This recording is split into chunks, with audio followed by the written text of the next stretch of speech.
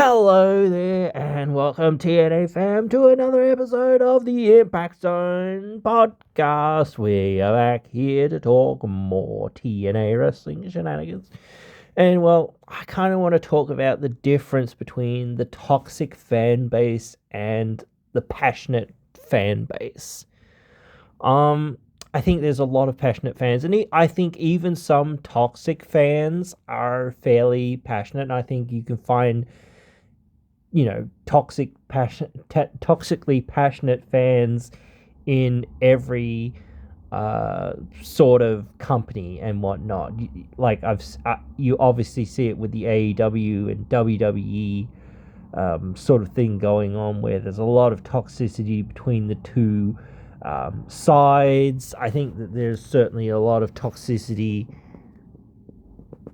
There's a lot of toxicity towards TNA right now from the AEW fans, because they're partnering with WWE and they're actually, starting to build themselves up a lot more, and they're actually starting to look a lot like competition for AEW, in some ways and whatnot. Or they're just like, oh, well, they're, whatever, they're shilling for WWE or whatever, and we'd never shill for WWE, which is, like, I think, counterproductive in many ways. But, you know,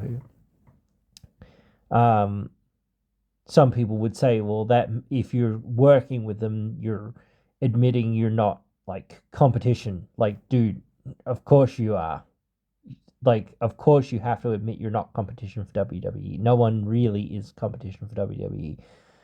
And like, I'm not here to rain on their parade or whatever, or I'm not here to assassinate WWE. And that's what I mean. I'm a passionate fan about my brand, certainly, of professional wrestling. There's other professional wrestling that's out there, the indie stuff, whatever else that's out there that people go and watch on a weekly basis or whatever it is, and you get to see everything in all of these different levels of professional wrestling. I certainly think WWE is too big for its boots in many ways, and I think that you can see that with them, charging arms and legs for tickets and things like this. So I think, and not having a whole lot extra like signings or whatever else to go along with that. But then again, they don't have to do a whole lot to get people want to do signings or get in extra money or whatever. But just to offer those things is something else as well. But still, especially since the paying fans have paid quite a fair amount of money to see your event. But yeah, no. I'm not here to rain on anyone's parade. I'm not here to point fingers. Are there bad things in AEW? Yes. Are there bad things in WWE? Yes. Are there bad things in TNA? Yes. Are there things that I enjoy or would enjoy from each product if I actually watched them? Probably yes. So I'm not above or below or whatever criticizing TNA, but it's got to be constructive. If you're just here to say, oh, that sucked and that was bad, well, great. That's great in some ways, but that's not helping anything. That's not changing anything. And like, you might say, oh, they don't know what they're doing or whatever, or all of this other stuff or whatever. They were going to pull a TNA moment or whatever. Or whatnot. What do you mean a TNA moment? Because again, like, I hate that idea that fans think this is a TNA only thing where they don't not deliver, but they don't deliver on a thing. How many times in the last few years have they delivered versus not delivered on something? probably about the same as, or even probably more than what WWE has or AEW has. But that's been the nature of the beast of professional wrestling. Sometimes promotions or whatever, something plans change or whatever. Something happens, somebody leaves the territory or somebody breaks a leg or something or whatever. There's always something else, It's not always just, right, this is where we are and this is where we're going, The whole Marsha Slamovich thing happened, and then the whole Ash by Elegance thing happened, and then they had WWE, telling them what they had to do with Javon Evans and all of this other stuff, which, like, I wouldn't mind if it had have made some amount of sense. Like, they got attacked by the guys that they're gonna face, instead of just Dark State, which made no sense because, like, why would Dark State attack them? Like, it's just, like you could say, oh, yes, it's random violence or whatever, just to show that they can kick ass or whatever, but whatever. I think that was dumb, honestly, but still. And I think the toxic fan base, the gatekeeping, all of that stuff in our own community is not good. Obviously, I don't know whether we can actually get rid of it. It's very hard to actually,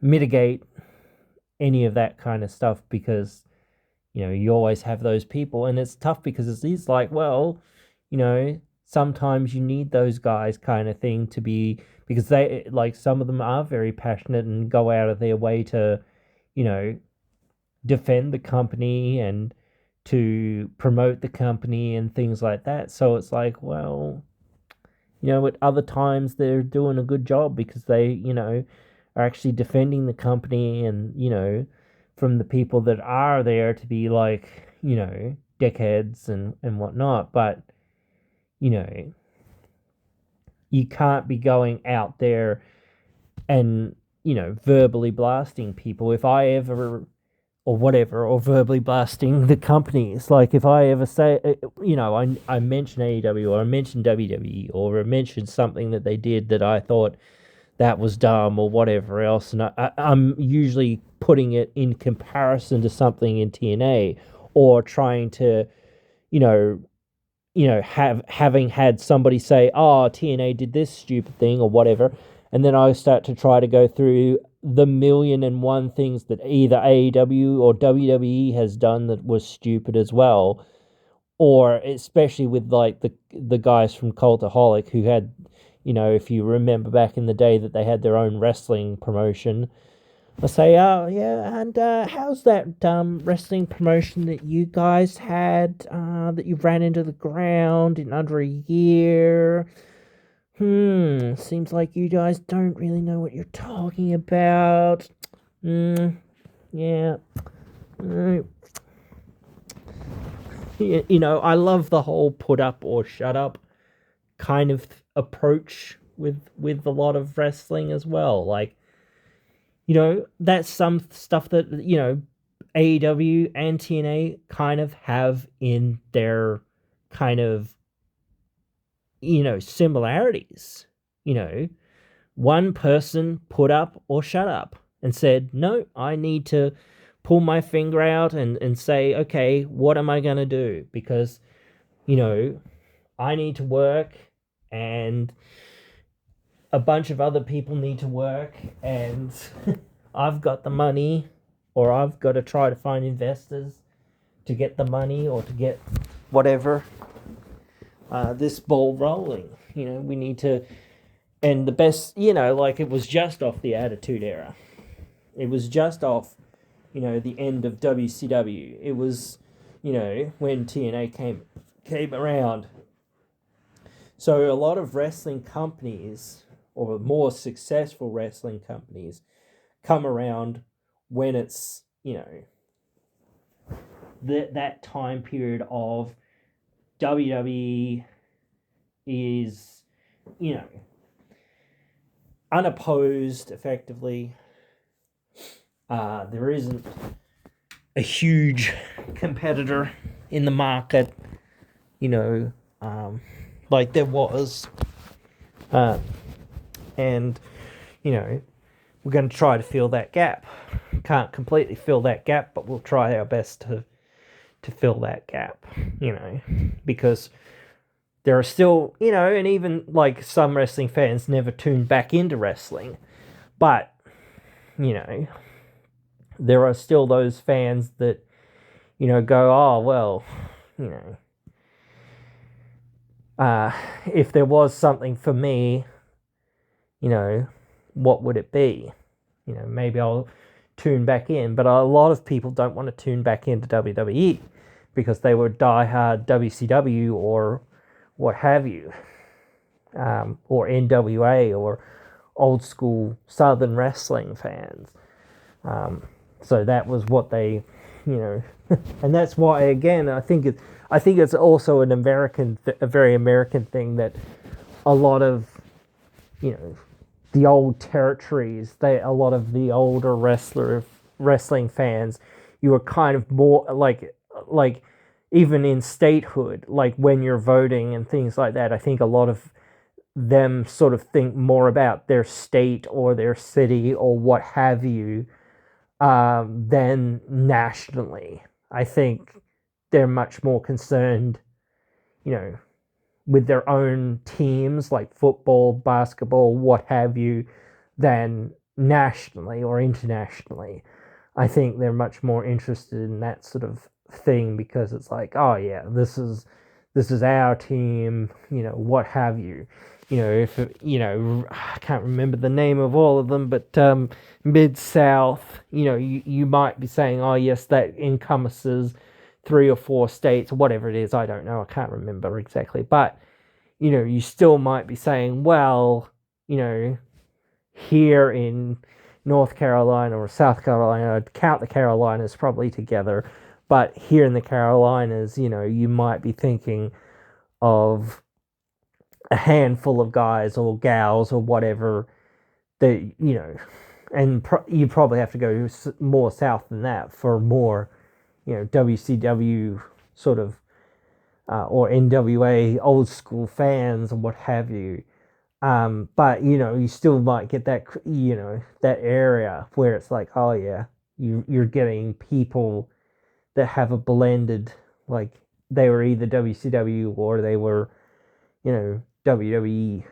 And even with all the negative stuff that was going on in WCW, it was like they still had a couple million people tuning into them every week, up, basically up to the end.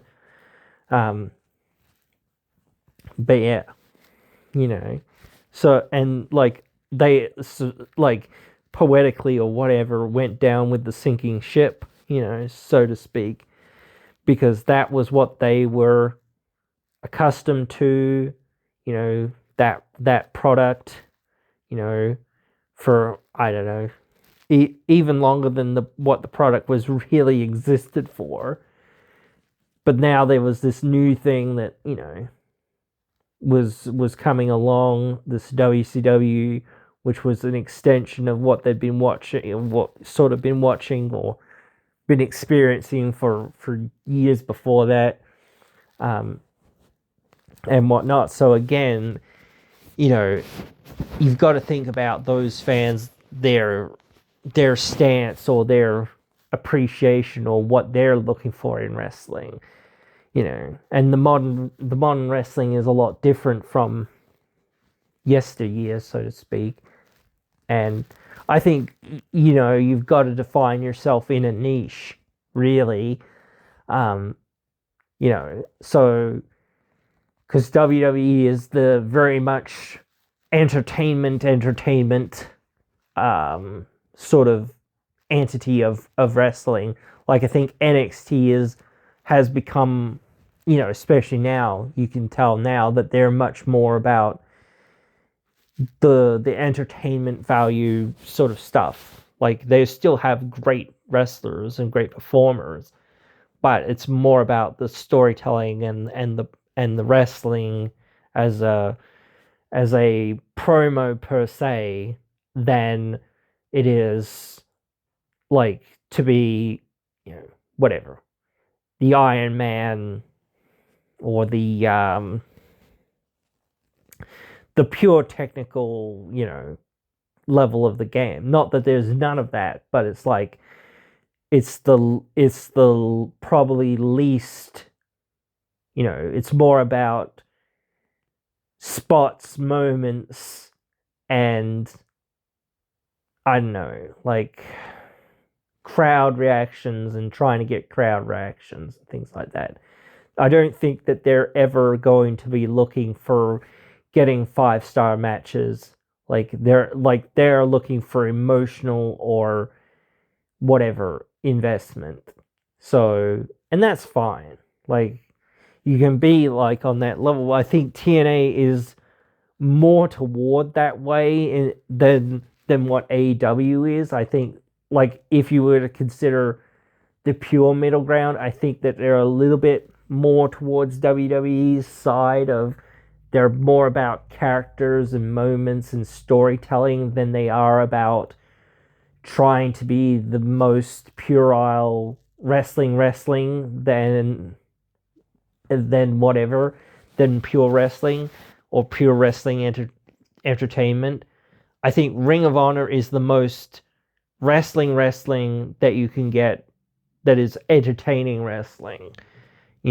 Not shoot fighting or whatever. It's got storylines and characters and whatnot, or it used to be. I don't know now, but that was the most, it's all about technique. There is stuff that's here about characters and stories and whatnot, but it's the biggest focus is on wrestling, technique and everything else, and pure rules and things like that and whatnot. It's not, and the handshakes and all that, blah blah blah blah blah. Um, and I think AEW is a bit further back from that. They're not, but they still can work with like New Japan, which is very much on that same level of, this is all about, well, mostly all about the wrestling. There is a story, there is characters, or there are a few, but this is about the wrestling first and foremost. But and I think, yeah, they're much closer to those two than they are to TNA and WWE, which is why TNA and WWE work well together. You see, if WWE was to work with AEW or New Japan or whatever, it would actually be a lot harder for any of them. And that's why they're kind of working with AAA as well, I think, because AAA is kind of, it's about the spectacle, it's about the characters, the outlandishness, kind of some of those characters and whatnot. It is certainly got a lot of great action and wrestling and whatnot, but it's more about spots, I suppose. And I don't like this whole, people are spot monkeys or whatever, and like things like that, but because that's what a lot of the lucha sort of style is. So it's a spot based kind of atmosphere, and the light heavyweight, X Division, cruiserweight style is much more of a spot based kind of style. So you do big things, but those big things, like, you have to ground what you're doing in emotion and storytelling.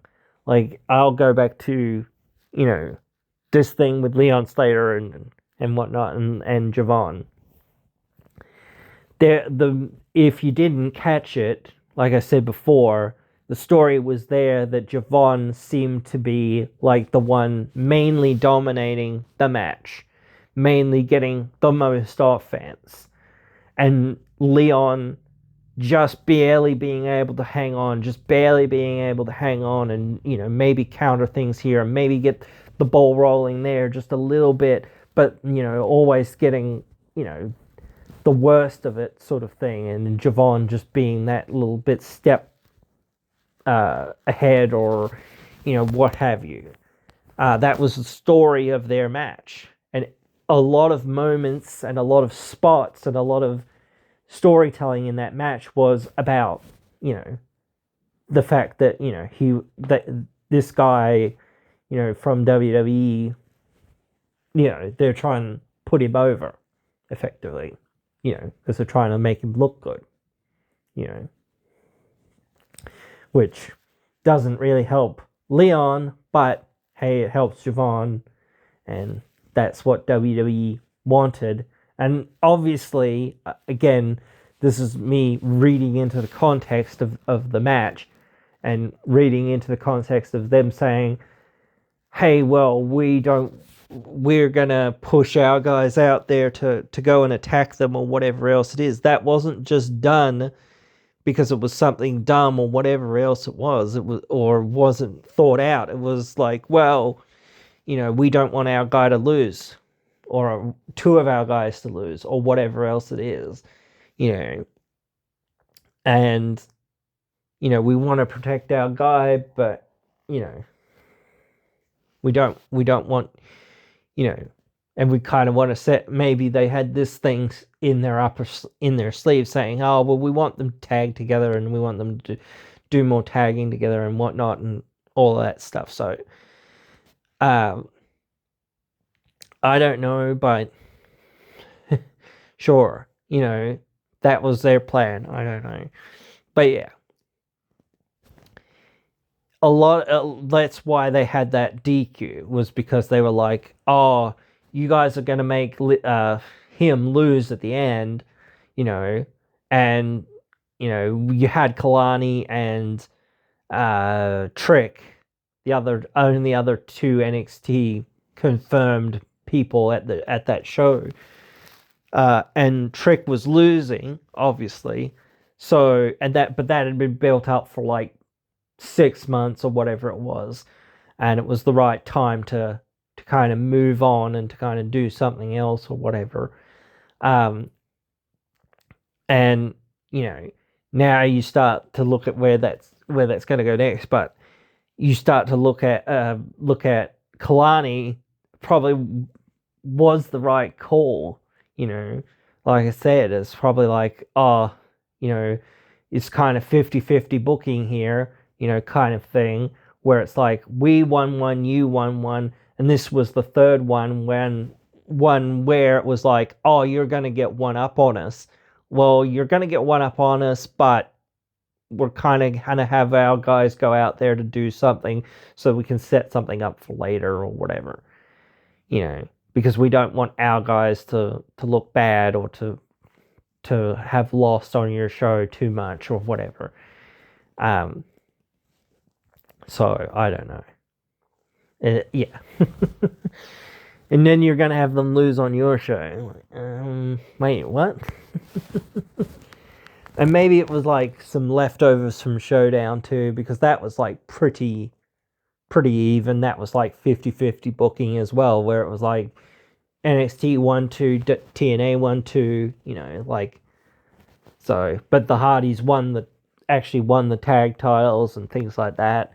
So, like, obviously you're trying it now, it's crazy.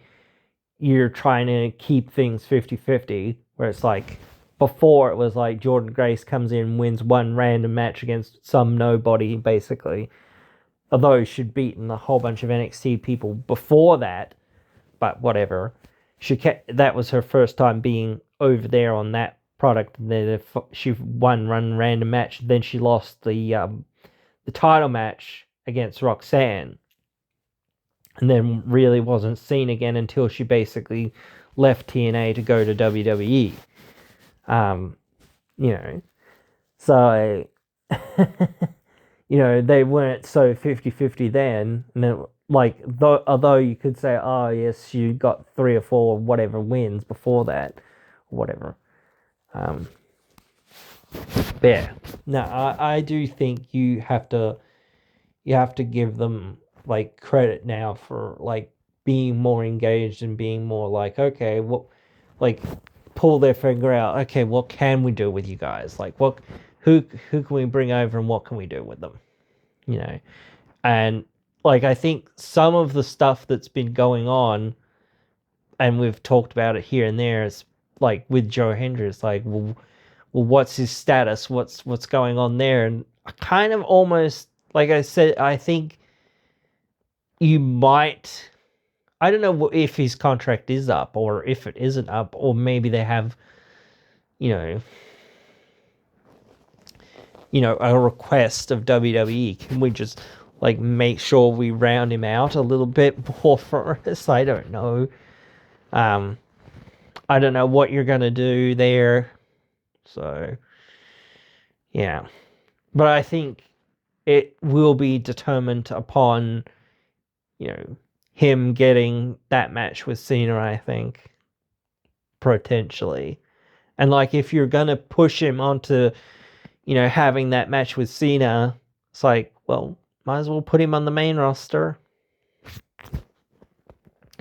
What else is he going to do in NXT? Really, and what else is he going to do in NXT anyway, even if you don't do that? Like, maybe you win the NXT title, but the dude is ready for the main roster. Like, I don't know what they're doing, but again, if you're looking at that toxicity in the fan base, it's not helping things. Calling out things is not helping things. Like, or whatever. Just blindly going after people. Just be chill, bro. Just be chill. Just, I get frustrated sometimes. I get annoyed with it, but I have to chill. But that's the passion sometimes, But, it is what it is. Enjoy it. Don't fret too much over it. It will be what it will be, so to speak. You can't, even if it is something, like I say, people sometimes talk about the same old shit over and over again. Jeff Hardy and Sting at Victory Road, blah, blah, blah. They don't talk about the rematch that they had a year later, Don't talk about that. Oh, Jeff Hardy was drunk and Eric Bischoff had to go out there and tell Sting to pin him and blah, blah, blah. No, got nothing else to say. No. Nothing to say about the rematch. No. Nothing to say about the storyline that he was in, because it was all about redeeming himself after last year. And, this was that was the pinnacle of, like, we're going to have this rematch from last year. And, this is what it's going to be, me versus you, da-da-da-da. So they turned it into a story. And that was, part of the pinnacle of his redemption story, where he was going to fight Sting, a year after that match, So, but whatever. Can only talk about him being drunk and da-da-da-da, same shit, different day, Can't talk about something else, no. Gotta be toxic and negative. You can't, and like, again, it's just those ones where it's like, you sit there and see them just doing the worst bits, the worst this, the worst that, da-da-da-da, never the best, or the most interesting, or the coolest, or whatever else, or interesting facts, or whatever, just different, something else. No, just like the worst, boo ones type stuff. Like, yeah, so obviously there's no, like, objectivity, because you never do anything positive.